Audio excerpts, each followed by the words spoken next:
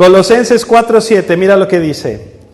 Todo lo que a mí se refiere, os lo hará saber Tíquico, amado hermano y fiel ministro y consiervo en el Señor, el cual he enviado a vosotros para esto mismo, para que conozca lo que a vosotros se refiere y conforte vuestros corazones. Con Onésimo, amado y fiel hermano, que es uno de vosotros, todo lo que acá pasa os lo hará saber.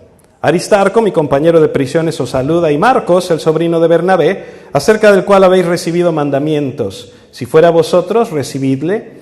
Y Jesús, llamado Justo, que son los únicos de la circuncisión que me ayudan en el reino de Dios, y han sido para mí un consuelo. Verso 12.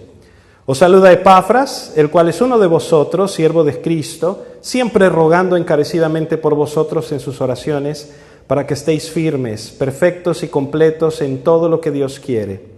Porque de él doy testimonio de que tiene gran solicitud por vosotros y por los que están en la Odisea y los que están en Hierápolis. Os saluda Lucas, el médico amado, y Demas. Saludad a los hermanos que están en la Odisea y a Ninfas y a la iglesia que está en su casa. Cuando esta carta haya sido leída entre vosotros, haced también que se lea en la iglesia de los laodicenses y que la de la Odisea la leáis también vosotros. Decid a Arquipo, mira que cumplas el ministerio que recibiste en el Señor. La salutación de mi propia mano de Pablo, acordaos de mis prisiones. La gracia sea con vosotros. Amén. Cuando leemos en la palabra de Dios epístolas como Colosenses y terminan de esta manera, muchas veces tendemos a pensar, bueno, hasta el versículo 6 era todo lo importante de la carta, porque ya vimos la doctrina, ya vimos acerca de la supremacía de Cristo, ya vimos que si hemos resucitado juntamente con Cristo, andemos con los ojos en las cosas de arriba y no en las de la tierra, etcétera, etcétera. Y llegas a este versículo y dices, bueno, pues ya se está despidiendo, y ya le mandó saludos a todos y ahí nos vemos para la próxima, ¿verdad? Dices, ok, pero nos perdemos grandes cosas y una buena enseñanza cuando leemos esto y no le prestamos atención. De pronto oímos de Tíquico, oímos de Epafras, de Onésimo. ¿Y quiénes son estos? ¿Y por qué aparecen ahí? ¿Por qué Dios los registra en la palabra de Dios? Debe de ser alguien importante. Y lo que estamos viendo aquí es como una fotografía, como si Pablo se hubiera tirado una selfie al final de la carta, ¡pling!, con todos estos 9 hombres detrás de él. Es un equipo de trabajo, es un grupo de personas que han estado con él, que le han ayudado, que le han acompañado a lo largo de su ministerio y por medio del cual Dios ha bendecido a la iglesia en el primer siglo. Son personas indispensables para el ministerio de Dios. Y esto es algo bien importante. A veces se nos olvida que nos necesitamos los unos a los otros. Se nos olvida que Dios nos puso en este lugar no porque nosotros somos los más chiquitihuau del planeta, sino porque somos tan necesitados que necesitamos a cada uno de los que están aquí. Nos necesitamos mutuamente. Incluso el gran Moisés, ¿te acuerdas? Cuando estaban peleando hace un par de semanas te platicaba de la batalla contra Amalek y cómo cuando levantaba las manos iban venciendo los amalecitas y cuando se cansaba, al revés, iban ellos venciendo y cuando se cansaba y bajaba las manos los vencían a ellos. Tuvo que haber alguien ahí junto a Moisés que le ayudara a levantar las manos, porque necesitaba la ayuda de sus amigos. Más adelante en el libro de Números, por allá en el capítulo 11, un día se estaban quejando la nación de Israel después de comer las codornices. ¿Te acuerdas de esa historia? Y Moisés va con el Señor y le dice, Señor, ya no los aguanto. Qué sincero pastor, ¿verdad? Ya no los aguanto, Señor. ¿Y sabes qué le dice al Señor? Mátame, por favor, y ya, ahí está tu pueblo. Y el Señor le dice, no, tranquilo, Moisés, espérate. Júntate a 70 hombres y vengan a la tienda de reunión y yo les voy a dar del espíritu que hay en ti y van a poder seguir adelante. Porque nuevamente sabemos que necesitamos la ayuda de nuestros hermanos en Cristo, unos de otros. Proverbios una y otra vez dice, hierro con hierro, ¿qué? Se aguza. Hierro con hierro se aguza. Eclesiastés, mejor son dos que uno, porque si están dos, van a poder enfrentar mejor muchas cosas. Por todo el Antiguo Testamento, por todo el Nuevo Testamento, vamos a encontrar este principio de que es mejor que podamos estar en la comunión de nuestros hermanos. Cuando llegamos a Colosenses capítulo 4, Pablo es un prisionero. Él está en la cárcel en Colosas. Y estando en la cárcel, es el primero de 2 ocasiones en las que él va a estar en prisión, y estando ahí tiene algunos amigos con él.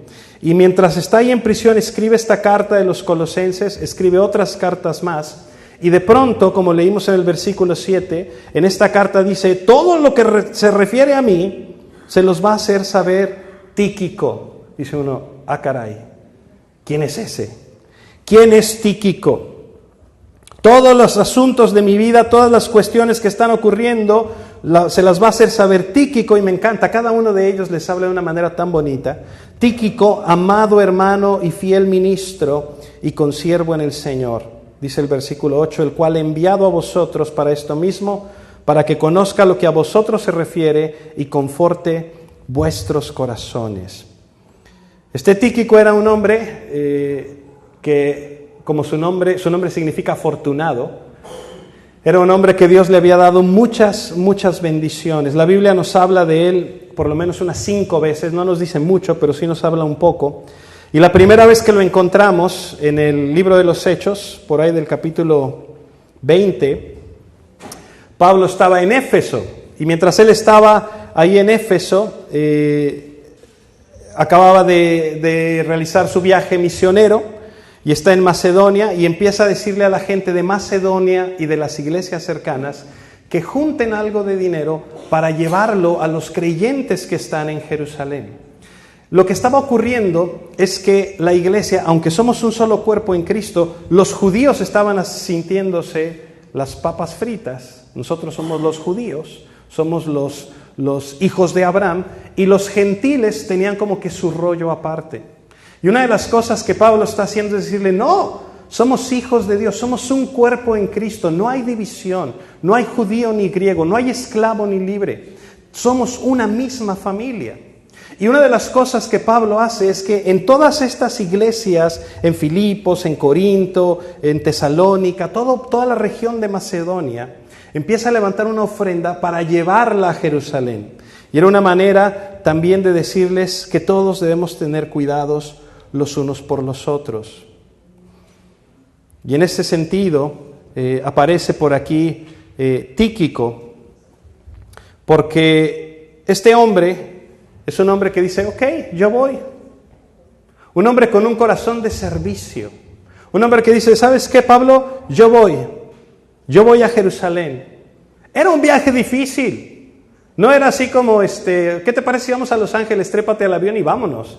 No, era un viaje pesado. Y te habla un poquito de cómo era el espíritu de Tíquico, un corazón de servicio, un corazón de entrega. Está dejando su casa, está dejando su trabajo, está dejando sus responsabilidades para ir a llevarles la ofrenda a Jerusalén. Porque tiene un corazón de servicio. Y ahí va la aventura con Pablo. Cualquier viaje con Pablo debía ser una aventura. Pobre hombre, le pasó de todo. De modo que llega a Jerusalén, y cuando están allá, ahora vemos a Tíquico mientras Pablo le escribe a los colosenses, y Tíquico sigue con él. Ya han pasado muchos años y Tíquico sigue con Pablo. De hecho, lo vamos a ver en varias partes. En el capítulo 3 de Tito, en el versículo 12, Pablo le escribe a Tito y le dice, Tito, necesito que vengas. Está ya en el invierno de su vida, ya está a punto de morir, y le dice, necesito que vengas, que pases tiempo conmigo. Y le dice, no te preocupes, te voy a mandar a Tíquico, para que Tíquico se haga cargo de la iglesia. Imagínate la confianza que Pablo le tenía a este hombre. De modo que este hombre va a Creta, que es donde estaba Tito, y empieza él a hacerse cargo de la iglesia mientras Tito está de viaje con Pablo. Era un hombre muy leal, era un hombre que estaba a la altura del llamado de Dios. Es algo muy interesante porque es un hombre que empieza como un mensajero. y termina sustituyendo al pastor de Creta, haciéndose cargo de la iglesia. Un hombre que como siervo se hizo disponible, como siervo estuvo disponible para ser usado por Dios, y Dios lo usó de maneras impresionantes.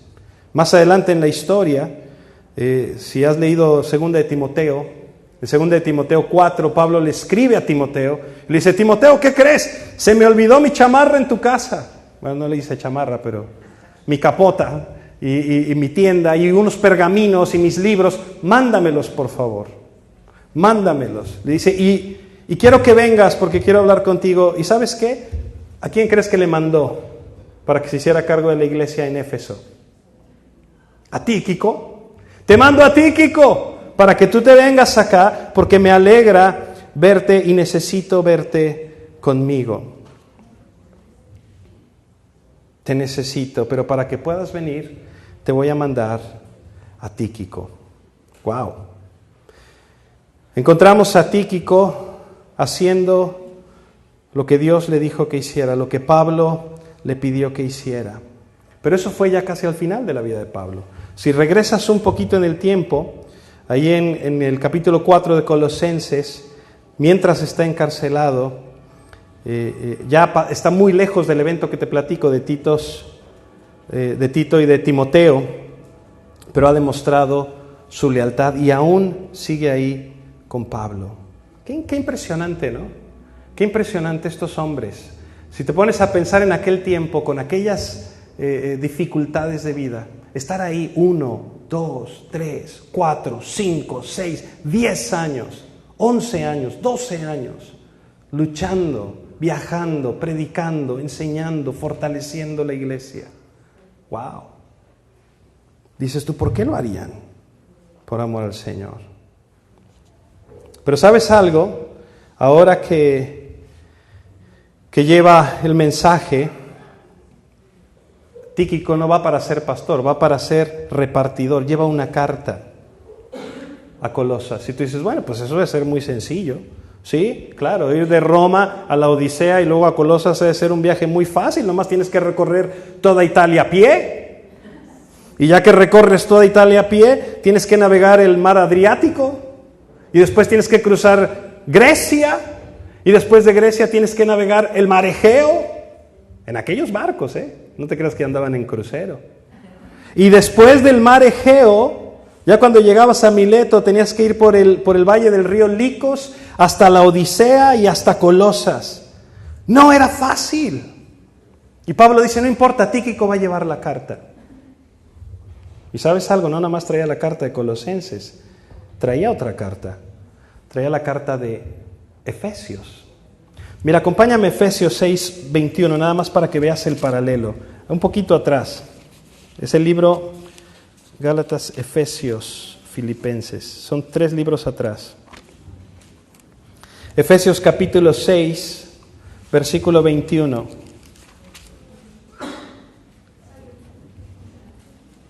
Al final de Efesios, mira lo que dice. Para que también vosotros sepáis mis asuntos y lo que hago, todo os lo hará saber Tíquico, hermano amado y fiel ministro en el Señor, el cual envía a vosotros para esto mismo, para que sepáis lo tocante a nosotros y que consuele vuestros corazones.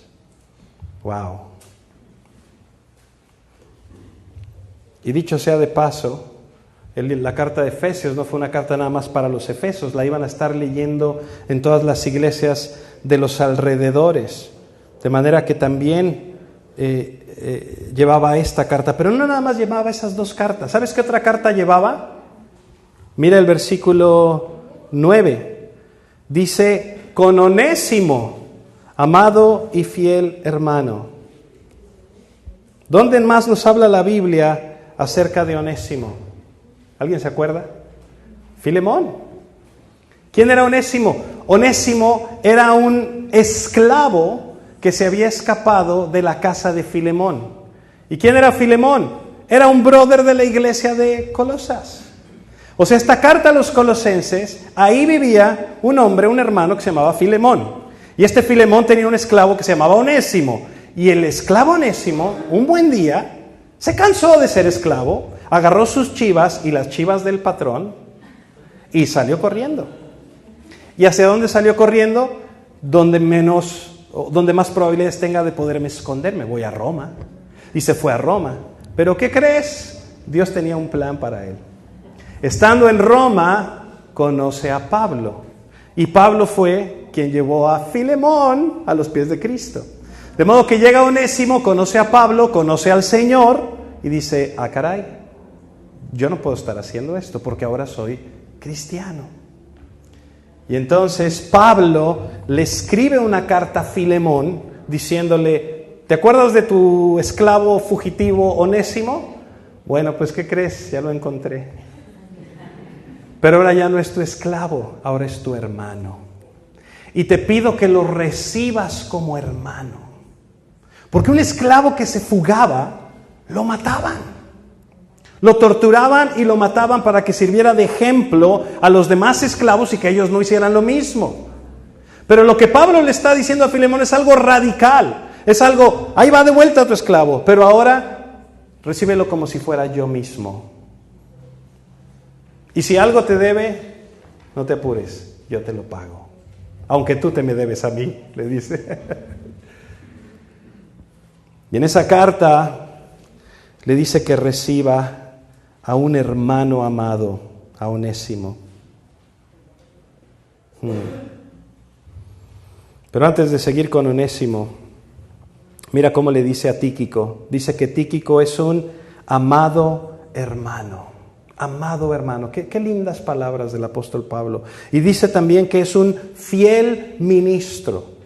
Un hombre que ha permanecido fiel. A pesar de las dificultades, a pesar de los embates, a pesar de los problemas, ha estado fiel. Y luego dice que es un consiervo en el Señor. Es un esclavo de Jesucristo como lo es Pablo y como lo somos tú y yo. Un hombre indispensable. Tíquico fue un hombre leal y me alegro de que haya sido un hombre fiel. Pero quiero que conozcas a otro hombre.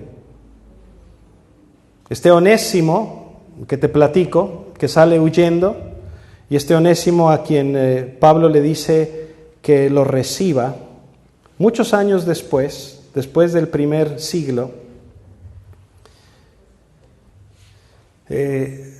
tenemos algunas cartas de Ignacio, el padre de la iglesia, que nos habla un poquito también de él. Pero lo que me encanta de Onésimo es que Onésimo era un hombre compasado. ¿Te fijaste? Había sido un ladrón, había sido un traidor, había engañado a su amo.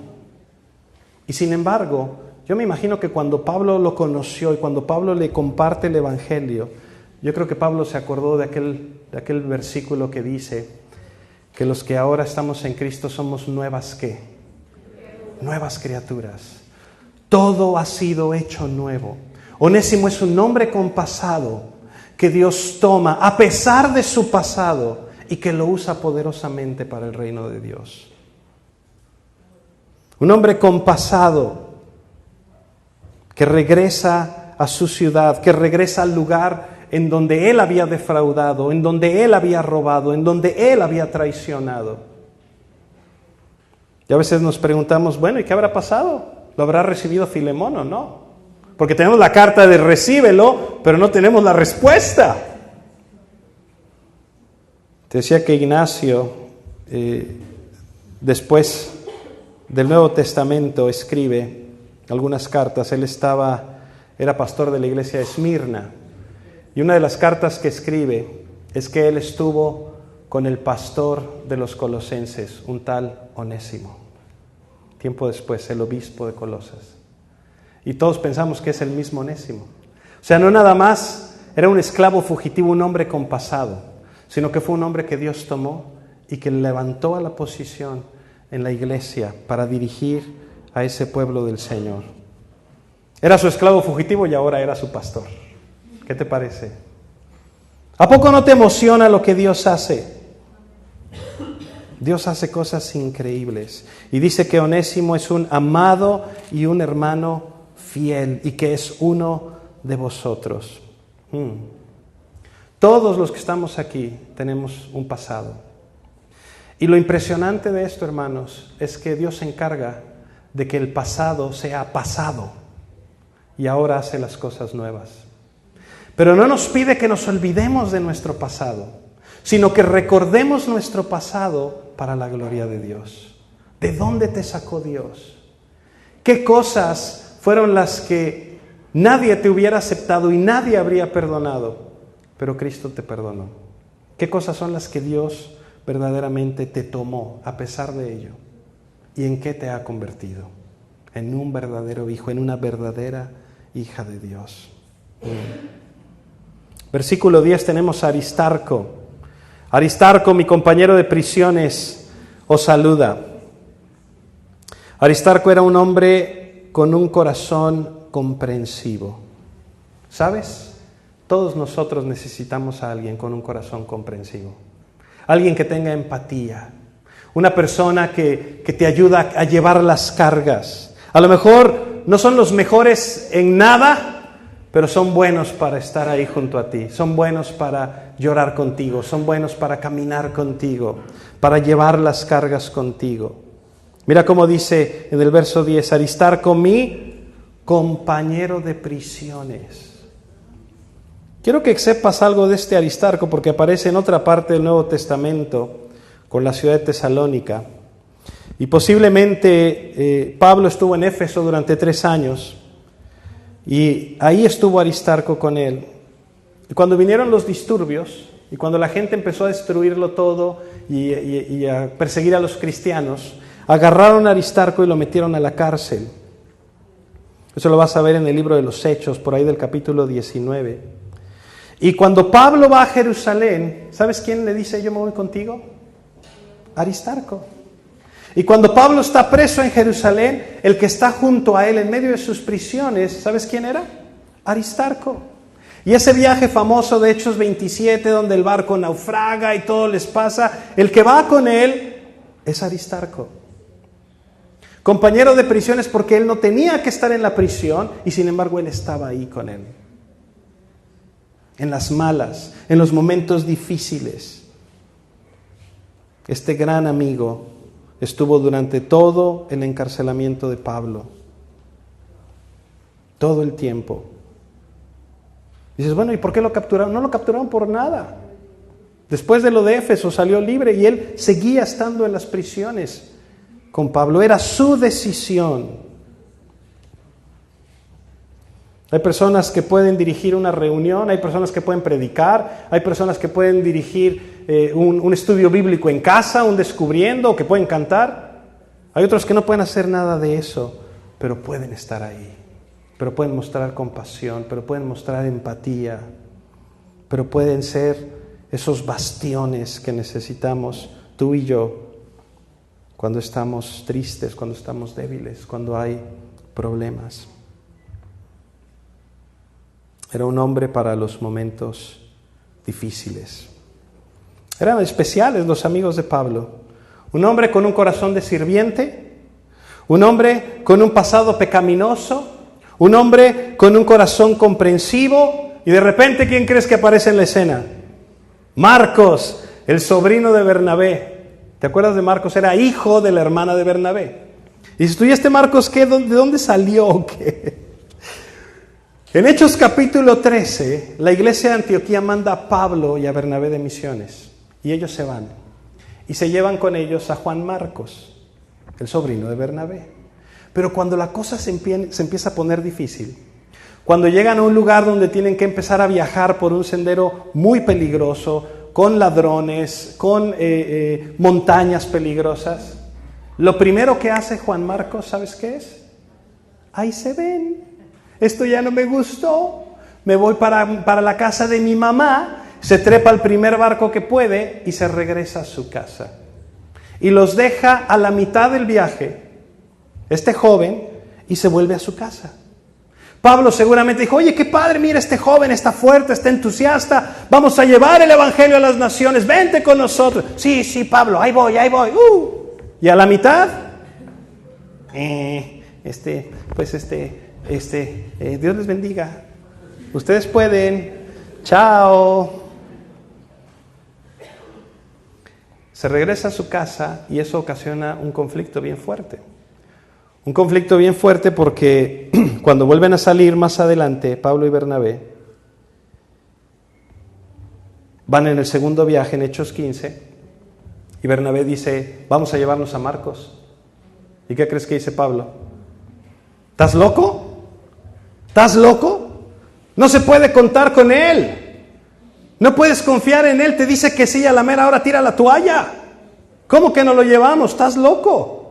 No, pero es que mira que sí, que mira que esto, que el otro. Pues era su sobrino. Era su sobrino. Y se pelean y se dividen. Y entonces Bernabé se divide esa pareja de Pablo y Bernabé. Y Bernabé se va con su sobrino por un lado. Y Pablo se va con Silas por otro lado. Y hubo un gran pleito ahí. Dices, bueno, ¿y qué pasó con Marcos? Marcos tenía un futuro sorprendente, pero empezó muy mal. Y me alegra lo que Dios hace con personas con un pasado pecaminoso, con personas que están dispuestas a servir e incluso con personas que fallaron en alguna ocasión o que lo echaron a perder. Porque aquí en el versículo 10 le dice Marcos, el sobrino de Bernabé, acerca del cual habéis recibido mandamiento. Si fuere a vosotros, recibidle. Ya lo está encomendando Pablo. Pero ¿cómo llegamos ahí? En Filemón, también le escribe a Filemón que ahí estaba Marcos, Aristarco, Demas, Lucas. ¿Qué fue lo que ocurrió en el ínter? Lo que ocurrió en el ínter lo vas a sacar de Primera de Pedro. Porque Pedro estaba escribiendo su carta y dice que con él estaba Marcos. ¿Quién mejor que Pedro, que tenía la experiencia de haberle fallado al Señor? ¿Quién mejor que Pedro, que tenía la experiencia de abrir la boca y meter la pata? ¿Quién mejor que Pedro, que había experimentado lo que significaba salirse, voltearse, botar la toalla a la mitad del camino para enseñarle a Marcos y caminar con él y recibirlo y enseñarle e instruirlo? Y Marcos tiene una influencia maravillosa del apóstol Pedro.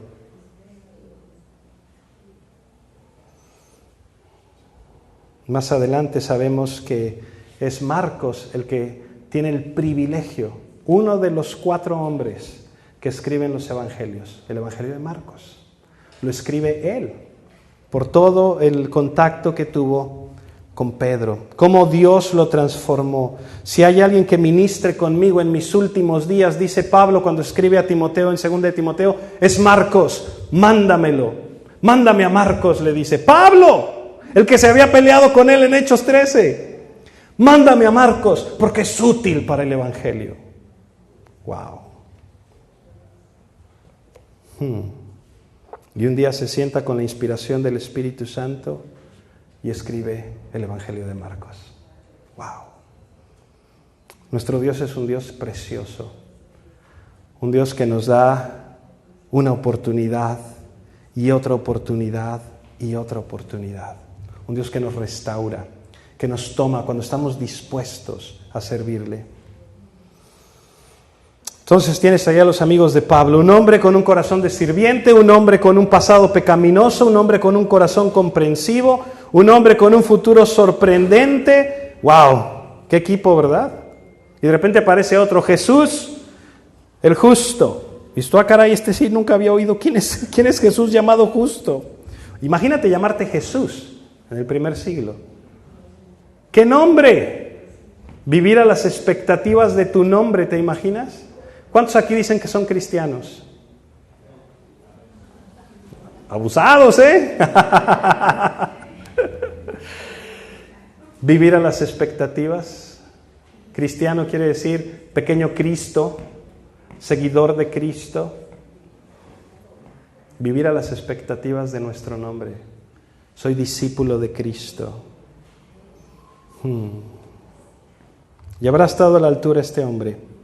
Dice el versículo 11 que Marcos, Jesús el justo, Son los únicos de la circuncisión y Aristarco que le ayudan en el reino de Dios y que han sido para mí un consuelo. Eran los únicos judíos que andaban con él. Todos los judíos le habían dado la espalda a Pablo. Todos los judíos le habían cerrado la puerta en las narices. Y sin embargo, estos estaban ahí y estaban dispuestos a ser los apestados también por amor al Señor. ¿Y tú estás dispuesto a lo mismo por tus hermanos en Cristo? ¿Estás dispuesto a ser un siervo que está disponible? ¿Estás dispuesto a ser un hombre con un pasado que ya pasó, pero con un futuro glorioso delante del Señor? ¿Estás dispuesto a ir y hacer la obra que el Señor te ha encomendado? Mira, hay tantas cosas. Tienes a Epafras, que era el pastor de los colosenses, pero quiero que veas esto, porque esto a veces se nos va muy fácil. Dice, es uno de vosotros, siervo de Cristo, siempre rogando encarecidamente por vosotros en sus oraciones, para que estéis firmes, perfectos, completos en todo lo que Dios quiere. Porque de él doy testimonio, que tiene gran solicitud por vosotros. Un hombre que de veras se metía con Dios en oración. Un hombre que estaba su corazón tan cargado que era, dice, la palabra griega es que es doloroso, que tiene una gran carga por la gente de su iglesia, de orar, de interceder, de estar ahí al pie del cañón en oración los unos por los otros. ¡Qué corazón tan grande! Y no nada más por los de la iglesia, dice que también los que estaban en la Odisea y en Hierápolis. Está hablando de iglesias que están a 15 kilómetros a la redonda. Un creyente que no se conforma con ir a la iglesia el domingo, ir a su casa y estar orando por la enfermedad y por la tos y por la gripa, sino que tiene una oración más profunda. Señor, establece tu reino, establece tu iglesia. Que podamos crecer en madurez, que podamos crecer en conocimiento de la palabra de Dios, que podamos tener, Señor, que podamos estar completos, perfectos en ti. Segunda de Timoteo 3 dice que la palabra del Señor, dice, toda escritura es inspirada por Dios y es útil. Y dice, a fin de que todo hombre de Dios sea perfecto, enteramente preparado para toda buena obra. ¿Qué nos va a ayudar a estar preparados, hermanos? La palabra de Dios. Epafras oraba incansablemente por sus hermanos en Cristo.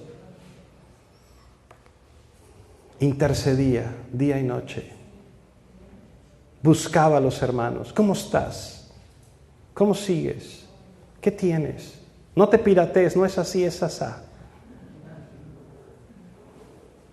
Luego en el verso 14 vemos a Lucas, el médico amado. Un hombre que a pesar de tener una profesión, una carrera, un trabajo, lo utiliza para el reino de Dios. El primer viaje misionero de Pablo se la pasó enfermo. El Señor le regala un médico que vaya con él a partir del segundo. Un médico que no solo está con él, no solo le cuida, sino que le sirve y que le ama y que sirve a los demás. Y que escribe un cuarto del Nuevo Testamento con el Evangelio de Lucas y el libro de los Hechos, que Dios usó poderosamente. Pero ¿sabes quién más está ahí? Demas. Un hombre que empezó con mucha emoción, un hombre que empezó con muchas ganas, pero que cuando escribe Pablo su última carta dice, Demas me ha abandonado. Ha amado más al mundo, ha amado más su propia vida, sus cosas, y nos ha dejado a todos colgados. ¿Te das cuenta? Todos. Jesús le tocó lidiar con ese sentimiento, con Judas. Estuvo con él 3 años, lo escuchaba, lo veía los milagros, veía las obras que Dios estaba haciendo y finalmente termina traicionándolo, colgándose y muriendo. Perdido. Demas estuvo con ellos. Demas aparece en varios capítulos importantes del Nuevo Testamento. Y al final abandonó la fe y lo dejó todo. Déjame decirte algo. Eso no es nuevo. Jesús nos lo enseñó en la parábola del sembrador. Pero independientemente de todo esto, quiero que sepas que Dios nos ha rescatado y nos ha llamado de una manera especial a cada uno de nosotros. A ti y a mí nos ha dado por lo menos un don especial, algo para la edificación de su cuerpo. Y el llamado que Él tiene para nosotros, independientemente de si eres siervo, independientemente de si tienes un pasado, independientemente de si eres una persona empática, independientemente de si tienes una profesión o no la tienes, esta gente, muchos de ellos ni siquiera tenían estudios bíblicos. Tíquico no nos dice que haya tenido licenciatura, doctorado en teología o que fuera un gran predicador. Nada, simplemente estaba ahí. Estaba ahí, con un corazón dispuesto a servir al Señor. Y al final del capítulo de Colosenses, vemos a todos estos hombres sirviendo al Señor juntos, haciendo equipo para la gloria de Dios. Hermanos, si tú lees este libro y te pierdes esa parte, te pierdes una gran parte. Colosenses, Efesios, Filipenses, todo el Nuevo Testamento nos dice, hey, somos la familia de Dios. Nos necesitamos unos a otros. Dios te ha dado tanto. Ponlo en acción, ponlo en marcha, ponlo en obra para el reino de Dios. Y entonces vas a ver, al final de la historia, cuando el príncipe de los pastores venga por nosotros, vamos a poder ver la historia completa de todo lo que Dios hizo con tu vida, con la mía, para la gloria de Cristo. Amén. Amén. ¿Por qué no te pones de pie y le damos gracias a Dios y le pedimos al Señor que nos ayude a ser decisivos, determinados, fieles? Cierra tus ojos un momentito. Padre, gracias. Gracias, Dios, por lo que hemos aprendido esta mañana de estos 9 hombres que vemos al final de Colosenses. Gracias, Padre, por invitarnos a servirte, por llamarnos, Señor, y por rescatarnos con un propósito. Mi oración esta mañana, Dios, es que cada uno de nosotros podamos ser motivados por tu Espíritu Santo para poner en función todos los dones que tú has repartido en esta iglesia. Y que nos ayudemos unos a otros, nos amemos unos a otros y seamos el reflejo de tu gracia. Gracias, Padre, por ponernos en una iglesia tan linda, con gente tan linda que te ama. Gracias, Señor, porque verdaderamente podemos respirar que estamos en familia, que estamos en tu casa. Te bendecimos, Señor, y te pedimos en el nombre de Jesús que tú sigas llevándonos de tu mano cada paso de nuestras vidas. Amén.